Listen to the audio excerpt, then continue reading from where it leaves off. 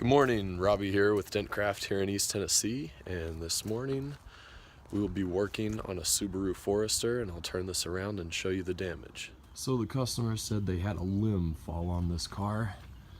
You can see we have a good sized dent here in the quarter panel.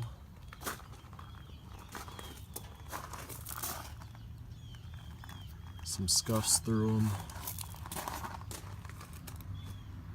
Another dent here in the rear door.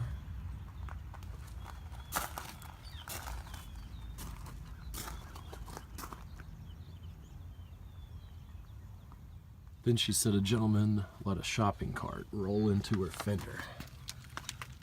So we've got these dents that I'll fix today, and I'll come back and get some after videos. Alright, we just finished up with the repair.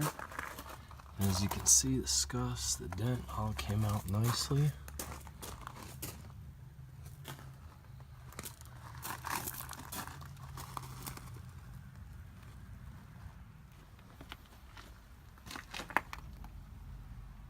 So if you're in the East Tennessee area and you have a ding or a dent that you'd like to have removed, please feel free to call or text us, and we'll schedule an appointment to give you an estimate and make the repair.